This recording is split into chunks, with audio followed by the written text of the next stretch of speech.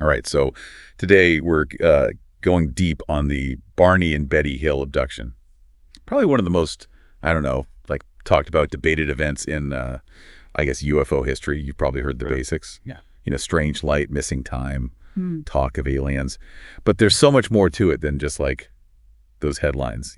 Yeah, and I think one of the things that's really fascinating about the Hill abduction is that it doesn't happen in a vacuum. Like, it's 1961, right? Height of the Cold War.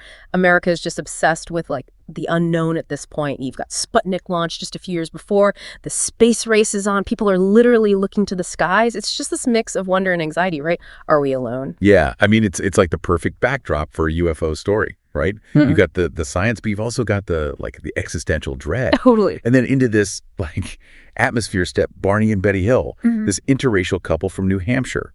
And that's where things get, I think, even more interesting. Right. Because, I mean, think about it. Interracial marriage in the early 1960s, you're already making a statement just by existing as a couple, right? Challenging social norms. And then to come forward with this incredible claim, an alien encounter, it makes you wonder, like, how their race played into how people saw their story. Did it give them more credibility, or did it make it easier to dismiss them? That's a really, really good point. I mean, you can't separate their experience from what was happening in the world around them at the time. So before we get into, like, that fateful night, let's try and paint a picture of, like, who they were, what their lives were like before this. Okay, so Barney, he's a World War II vet, working for the Postal Service, super involved in the NAACP. Betty is a social worker. She has her master's degree.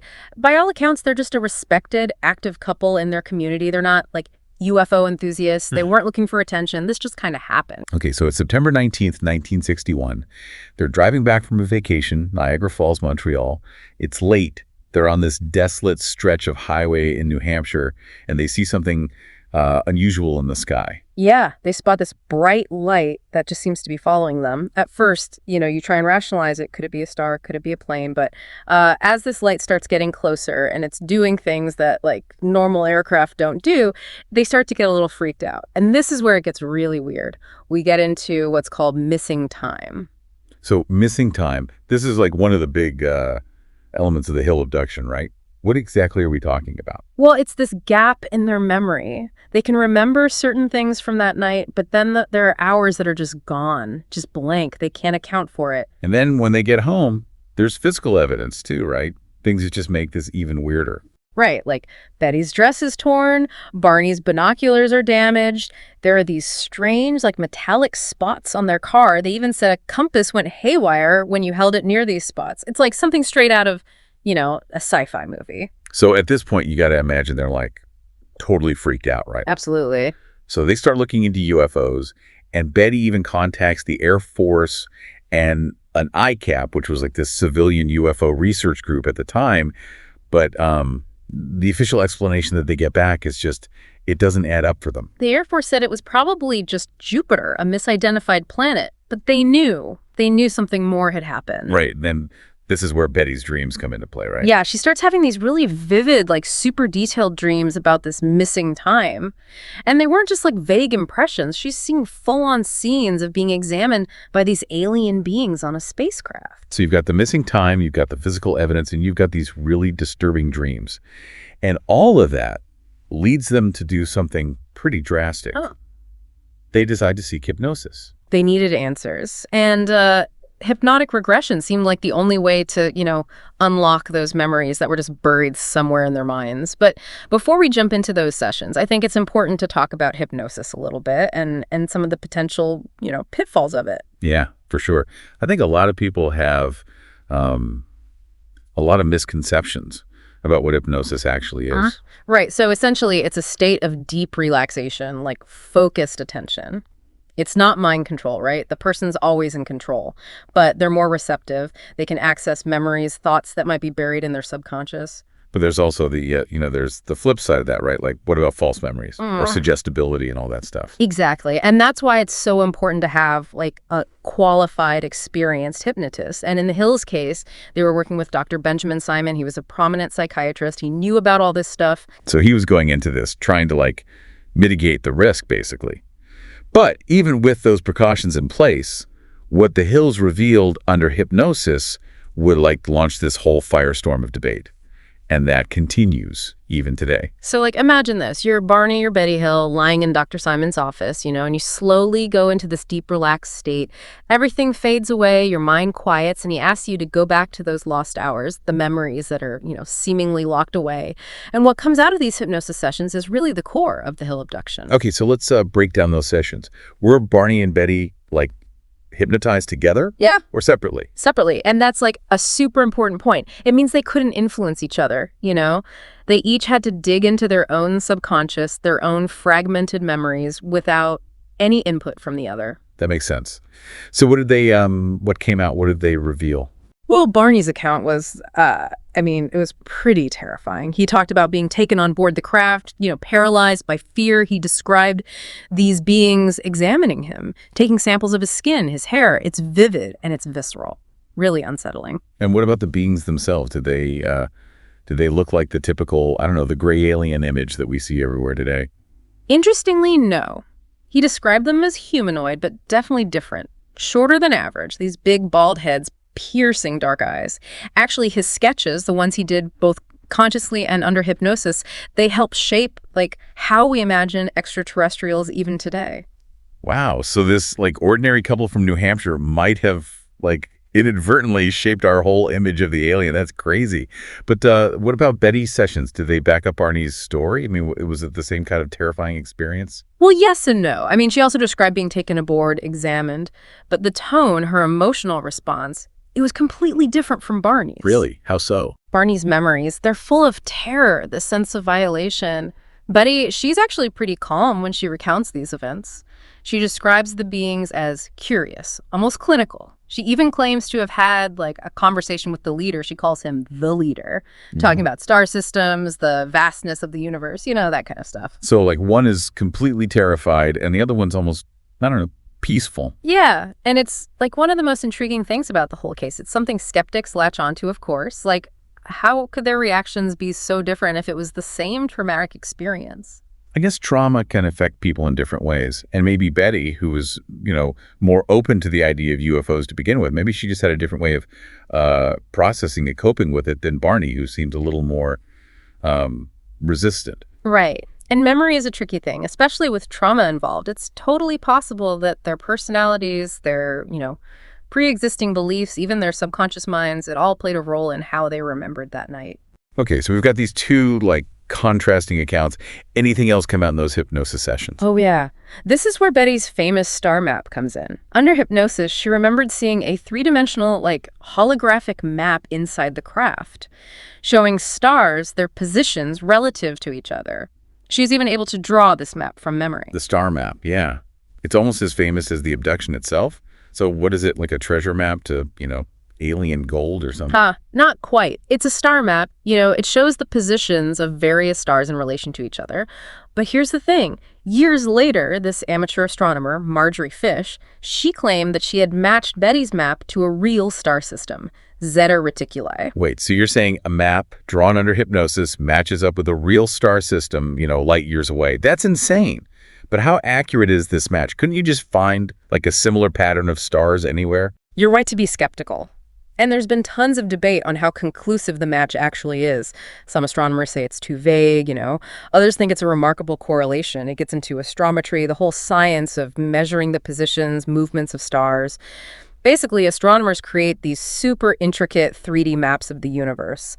And while finding a similar pattern to Betty's drawing isn't impossible, the odds of it lining up so closely with Zeta Reticuli are, well, intriguing, to say the least. Okay, so maybe not proof of alien visitation, but definitely weird, especially for the early 60s, right? Long before we had detailed maps of these nearby star systems. Absolutely. And think about it. Betty wasn't an astronomer. She had zero knowledge of Zeta Reticuli. So for her to even draw something that, kind of resembles a real star pattern, it raises some questions. Okay, so we have Barney's terrifying account, Betty's star map, these separate hypnosis sessions that are both similar and different. What did Dr. Simon, the psychiatrist who was, running these sessions, what did he think about all this? Well, Dr. Simon was in this unique position. He'd spent hours with Betty and Barney under hypnosis, listening to the recordings. And he was a trained psychiatrist, not, some UFO fanatic. His conclusion, it's fascinating. And in some ways, it's more perplexing than just saying, yes, they were abducted or no, they weren't. So what was it? Did he believe them? He concluded that it was likely a shared psychological event, maybe rooted in some real but unknown trauma.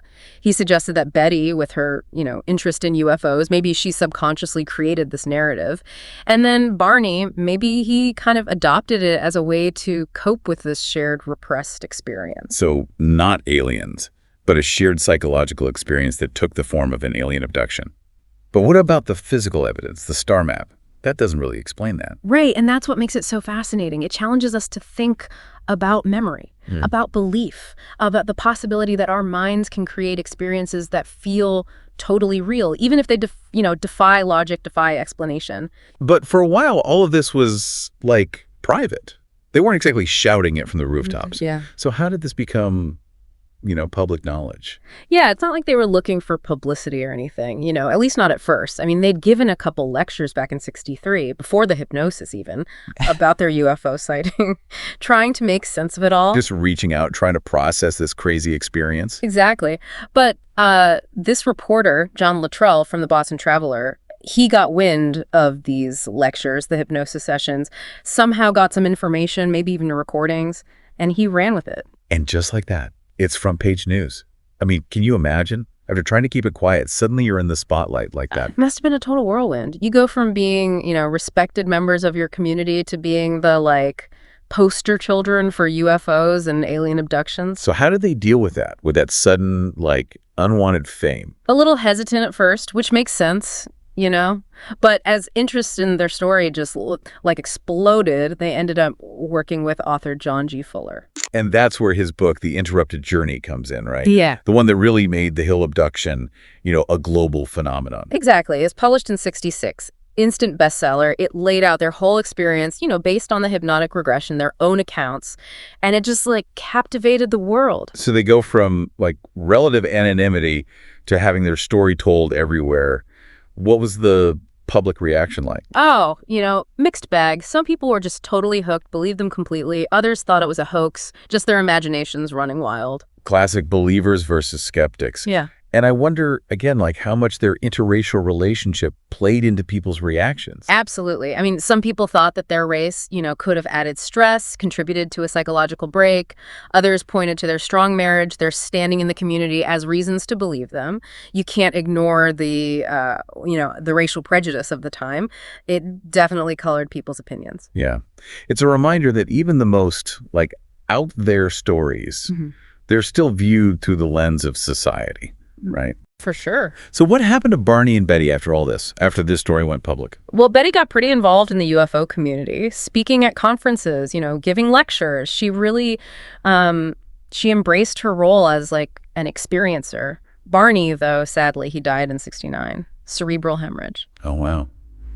He was only 46. It makes you wonder if the stress of everything, played a part in that. Yeah, it's definitely possible. And while he wasn't as, vocal as Betty about the experience, he never denied it either. Their story continued to resonate, though. And in 1975, it was made into a TV movie, The UFO Incident. James Earl Jones played Barney and Estelle Parsons was Betty. Wow, a TV movie. That must have been, I don't know, a bit surreal for Betty, right? Seeing her life, her trauma, played out on the screen. I can only imagine. And of course, the movie just fueled more debate, more discussion. The Hill Abduction was officially part of pop culture. So as we wrap up our deep dive into the Hill Abduction, I got to ask, what do you think happened that night in 1961? If only we knew, right? There's just no easy answer, no definitive proof.